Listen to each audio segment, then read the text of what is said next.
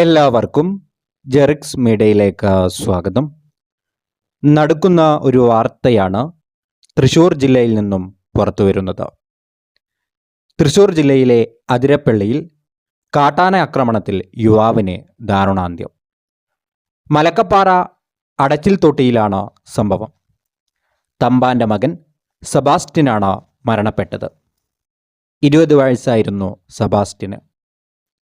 ഞായറാഴ്ച രാത്രി 10 മണിയോടെയാണ് യുവാവിനെ കാട്ടാന ആക്രമിച്ചത്. സുഹൃത്തിനോടൊപ്പം തേനെടുക്കാൻ പോയിട്ട് മടങ്ങുന്നതിനിടെയാണ് ഇവർ ആനയുടെ മുന്നിൽ പെട്ടുപോയത്. കൂടെ ഉണ്ടായിരുന്നയാൾ ഓടി രക്ഷപ്പെടുകയായിരുന്നു. ഗുരുതരമായി പരിക്കേറ്റ സെബാസ്റ്റ്യനെ ആശുപത്രിയിൽ എത്തിച്ചെങ്കിലും സെബാസ്റ്റ്യൻ്റെ ജീവൻ രക്ഷിക്കുവാൻ സാധിച്ചില്ല. മൃതദേഹം ചാലക്കുടി താലൂക്ക് ആശുപത്രിയിലേക്ക് മാറ്റിയിരിക്കുകയാണ്.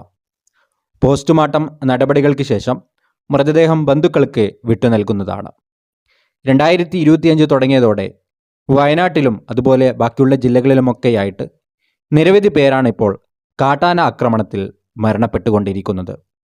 ഭരണകൂടം നല്ല ഒരു തീരുമാനം ഇതിനെതിരെ എടുക്കേണ്ടതാണ്. ഈ വന്യജീവി ആക്രമണങ്ങളിൽ നിന്നും ജനങ്ങളെ രക്ഷിക്കാനുള്ള തീരുമാനം ഭരണകൂടം എത്രയും പെട്ടെന്ന് എടുക്കേണ്ടതാണ്.